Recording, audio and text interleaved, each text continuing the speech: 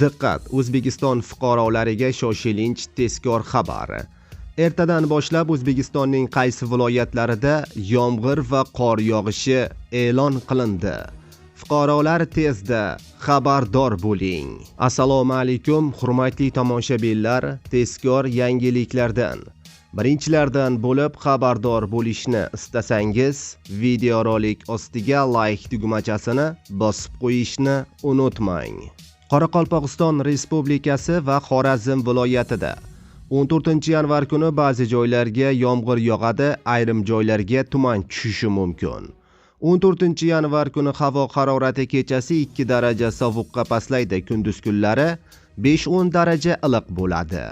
Buxoro va Navoiy viloyatida havo harorati 14-yanvar kuni kechasi 4-9 daraja iliq, kunduzi 15-20 daraja iliq bo'ladi. Yog'ingarchilik bo'lmaydi, ayrim joylarga tuman tushishi mumkin.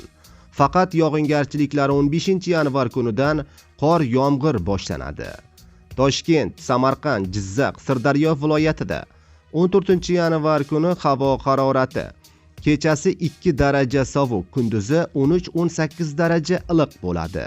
Yomg'ir yog'maydi, ayrim joylarga tuman tushishi mumkin. Yomg'ir 15-yanvar kunidan ayrim joylarga yog'adi, ba'zi joylarga qor yog'adi. Qashqadaryo va Surxondaryo viloyatida 14-yanvar kuni havo harorati kunduzi 3-8 daraja iliq, kechasi 2 daraja sovuq.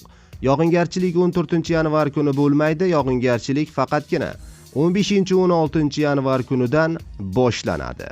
Andijon, Namangan va Farg'ona viloyatida 14-15-yanvar kuni yog'ingarchilik kutilmaydi. Havo harorati kechasi 2 daraja sovuq, kunduzi 5 daraja iliq bo'ladi.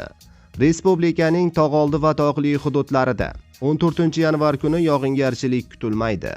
Harorat 14-15-yanvar kunlari kechasi 2 daraja sovuq, kunduzi ham 0,5 daraja sovuq bo'ladi. Yog'ingarchilik faqat 15-16-yanvar kuni yomg'ir qor yog'ishi ma'lum qilindi, deyiladi xabarda.